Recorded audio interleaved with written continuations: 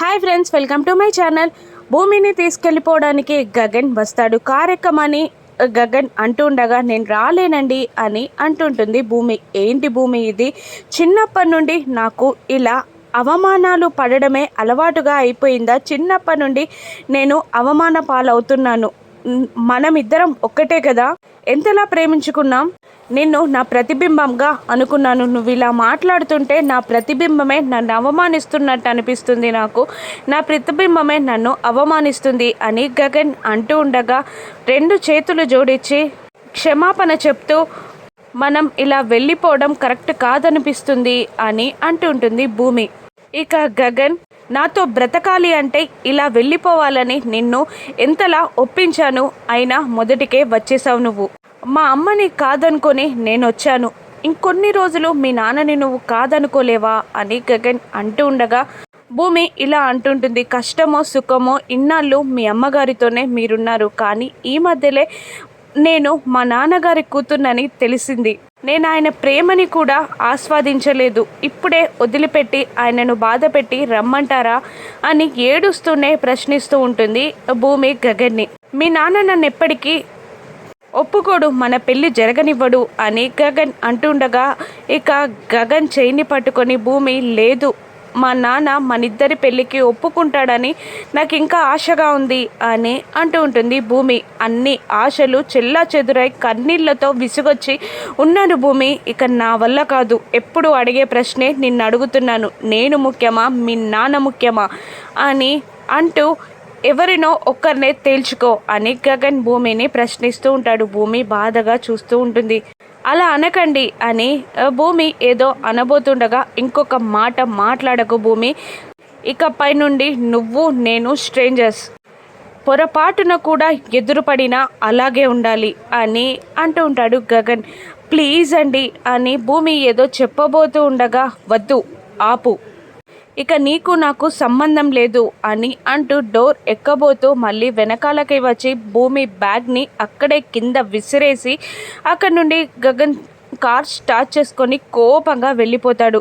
భూమి కుప్పకూలిపోతుంది. పైనుండి ఇదంతా చూస్తున్న శరత్చంద్ర భూమి వాళ్ళ నానే అన్న మాటలు విని సంతోషపడుతూ అపూర్వకి చెప్తూ కిందికి దిగి వచ్చి భూమి భుజంపై చేయి వేస్తాడు. నాన్న అంటూ ఏడుస్తూ శరత్చంద్రాన్ని గట్టిగా వాటేసుకుంటుంది భూమి.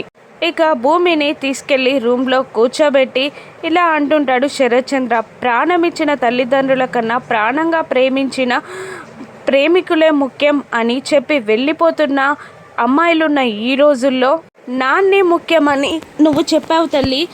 నీకేం కావాలన్నా ఇస్తాను, నువ్వేదడిగినా నీ కాళ్ళ దగ్గర పెడతాను, ఓ గగన్ తప్ప. ఏం కావాలో అడుగు అని అంటుండగా ఏడుస్తూ ఉంటుంది భూమి.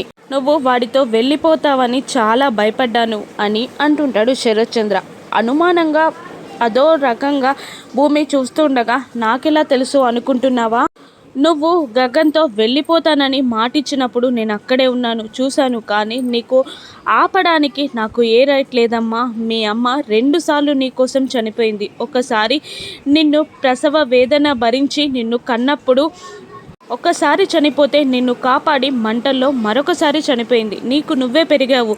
నిన్ను పెంచలేదు, లాలించలేదు, బుజ్జించలేదు, ఏది చేయలేదు. అటువంటిది నీ మీద నాకేం హక్కు ఉంటుందమ్మా. కానీ చాలా భయంగా బాధగా అనిపించింది నన్ను వదిలిపెట్టి నువ్వెక్కడ వెళ్ళిపోతావో అని. కానీ ఈ నాన్న ప్రేమ ముఖ్యమని నువ్వు ఆగిపోయావు చూసావా, నాకు చాలా గర్వంగా ఉందమ్మా. ఏం కావాలో చెప్పు అని అంటుండగా ఏమీ వద్దు నాన్న, నాకేమీ వద్దు. గగన్ మీరే నా ప్రపంచంగా బ్రతికాను. కానీ గగన్ గారు అందనంత దూరంలో గగనంలో ఉన్నట్టు నాకు అనిపిస్తుంది. ఇక మీ ప్రేమని ఆస్వాదిస్తూ జీవితాంతం మీ దగ్గరే ఉండే భాగ్యం నాకు ఇవ్వండి అని అంటూ ఏడుస్తూ శరత్చంద్ర భుజంపై వాలిపోతుంది భూమి. ఇక ఆ మాటకి శరత్చంద్ర షాక్ అవుతాడు. గగన్ బార్లో కూర్చొని పెగ్ పైన పెగ్ వేస్తూ ఉంటాడు. ఆ మందు అలవాటు లేక గొంతులో దిగకున్నా కూడా కష్టంగా లోపటికి నెట్టేస్తూ బాధగా తాగుతూ ఉంటాడు గగన్. ఇక బాధగా శరత్చంద్ర రూమ్లోకి రాగానే ఏమైంది బావా, మన భూమి మన దగ్గరే ఉంది కదా అని అపూర్వ అంటూ ఉండగా, లేదు, నాన్న ప్రేమ కోసం నాన్న విలువ కోసం ఆగిపోయినా కూడా తను ప్రేమించిన వాడు నా వల్లే వెళ్ళిపోయాడన్న ద్వేషం, మాట, ఆలోచన తన మనసులో నిలిచిపోతుంది. తన ప్రేమ కథకి ఎవరో కాదు నేనే విలన్ని. ఆ మాట గుర్తుంటే నా గుండె ఎందుకు ఆగిపోలేదా అని బాధగా ఉంది. ఆ గగన్ గారిని కాకుండా వేరే ఎవరిని ప్రేమించినా నేను అంగరంగ వైభవంగా పెళ్లి చేసేవాడిని కదా అని శరత్చంద్ర బాధగా అంటూ ఉండగా, అలా చేస్తే నేనేమైపోతాను బావా?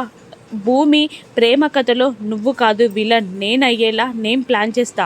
ఇది నా మాట బావా అని శరత్చంద్రకి మాటిస్తుంది అపూర్వ. ఇక జరిగిందంతా గుర్తు తెచ్చుకొని ఎవరు నిద్రపోకుండా ఆలోచనలో పడిపోతారు.